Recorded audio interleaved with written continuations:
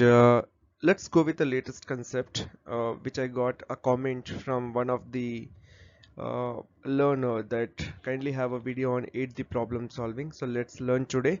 Before moving to the video, I would request everyone to please share, subscribe the channel, check out our playlist. You will find 200 plus videos which will help you in cracking the interviews related to trainers, quality analyst, operation manager, team leader, operation KPIs, associate, Six Sigma certification, MS Excel dashboards, reports, people management. Many more videos are there, guys. WFM roles and responsibilities that will help you in cracking your interview very easily, guys. Okay, so just do check out, and let's move to the today's topic, that is on what is 8D methodology and its importance. Guys, again, this 8D methodology is also a part of a Six Sigma. So when it comes to Six Sigma, definitely we will learn here to have removing waste from the process, or else we can improve the process, streamline the process, understand the issues and the concern. So let's see how the 8D methodology help us in understanding and solving a problem very easily. So let's start with the definition. The what is this 8D problem methodology? Basically, this problem methodology first designed to find the root cause. Now when it comes to root cause, which quality tool we will use? We will use fishbone diagram, which is Ishikawa diagram or cause and effect diagram. So in this 8D problem also, it basically help us, so we can tell that RCs are being used, fishbone can also used here.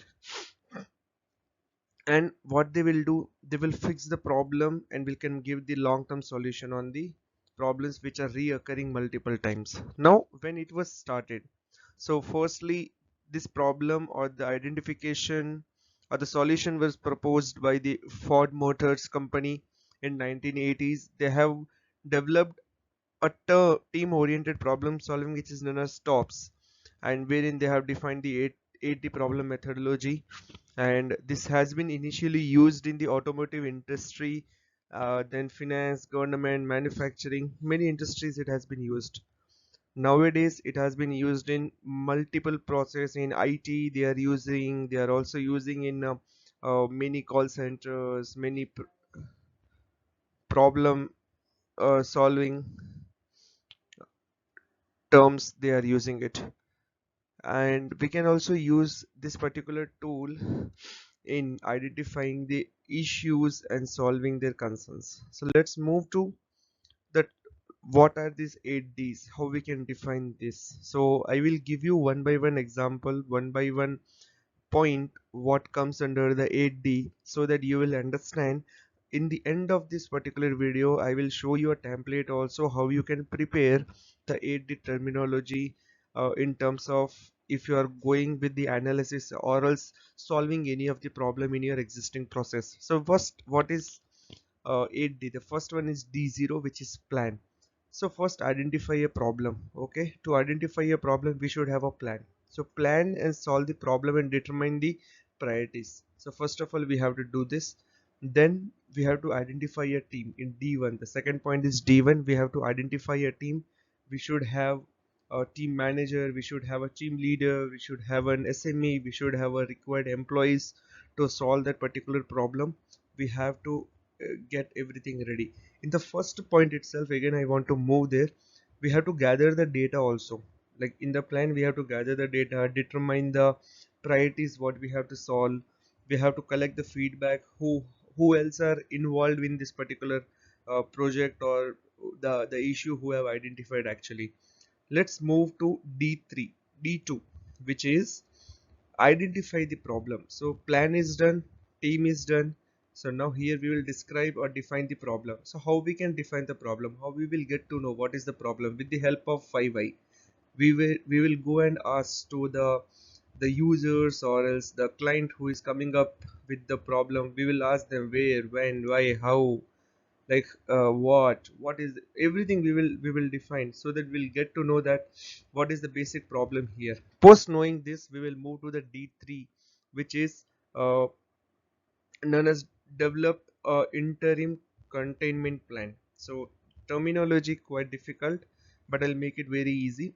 What we have to do is, it's simply like whenever there is an accident, we are just doing the first aid for it. So much like we can expect a speedy first aid after an accident, your team should take immediate action to ensure your content the problem, specifically if the problem is related to the customer safety.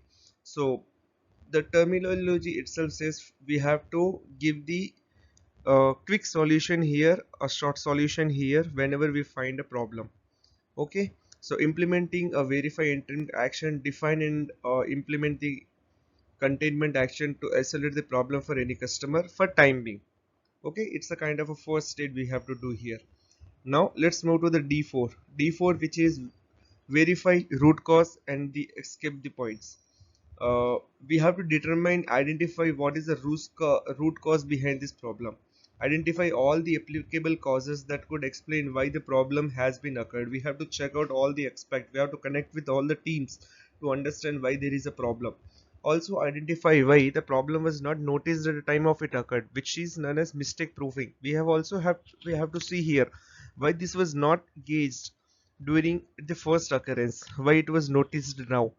So we have to identify the root cause behind it. All the causes which has been verified or proved, not determined by the basic brainstorming.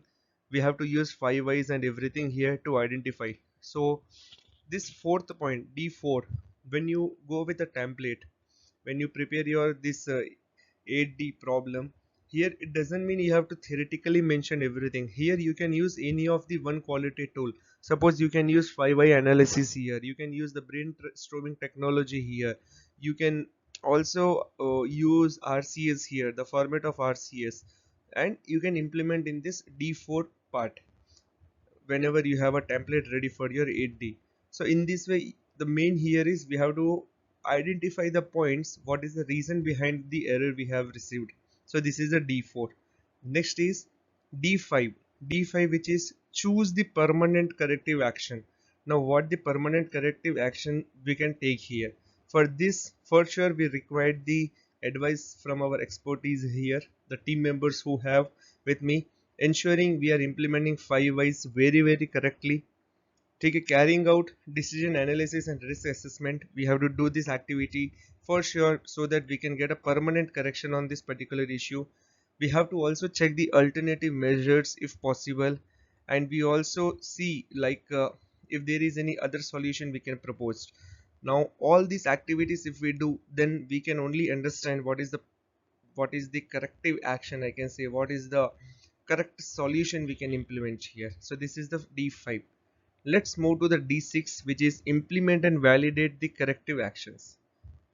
Now what this particular point say here? Once all the party have agreed on the solution, the next step is to create an action plan to remove the root cause and the escape points. Simply when we got to know that okay, this is the issue and we have identified the problem also, now we have to focus on the implementation part or the corrective actions. After seeing the success with the training in the interim phase, you your stakeholder approve all of your team proposed RCS and all. Your representative from the HR also plan to implement the uh, employee wellness and everything. Okay, so this is a theoretical definition here, but we will not go with this.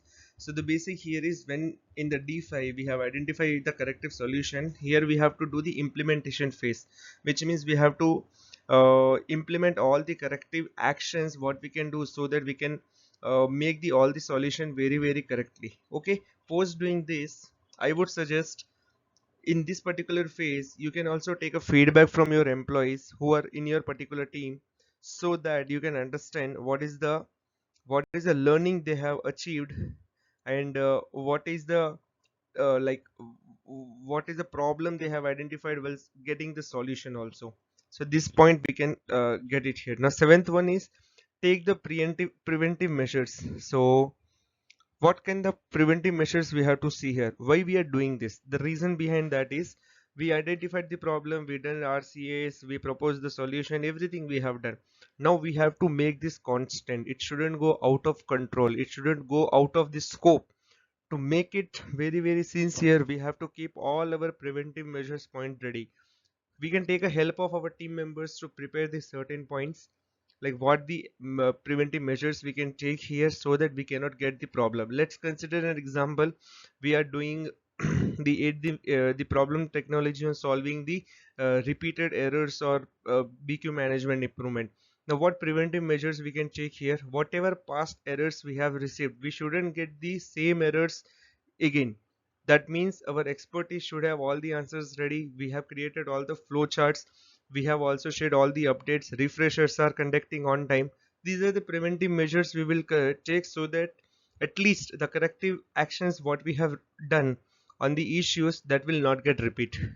Now let's move to the last point, which is you have to congratulate your team because of their efforts. Yes, you have received the success, and because of the it's simply like you have to congratulate your team and recognize them over the email. You can share an email looping your management and HR everyone so that we can celebrate the success what we have achieved. So this is all about the 8D problem methodology and the solution we can propose here. Basically we had gone through the theoretical way guys, but post looking to the 8 points, I hope you have understood that this all the 8 points what we are learning now, these all are the techniques we have already learned in our 7QC tools, in our Six Sigma certifications, on our all the past videos what we have seen. Just it is there are certain steps to be followed and which have converted into the 8D methodology.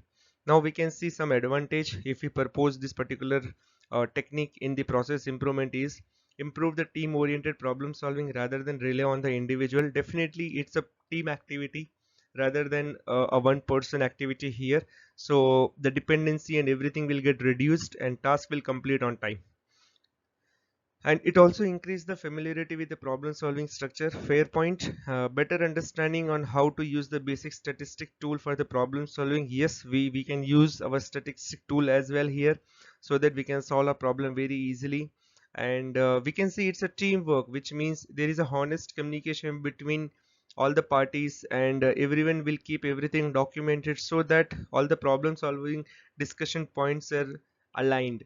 And we can take a help of this particular example and we can reduce the errors in our on the other other part of our work if we are identifying anything.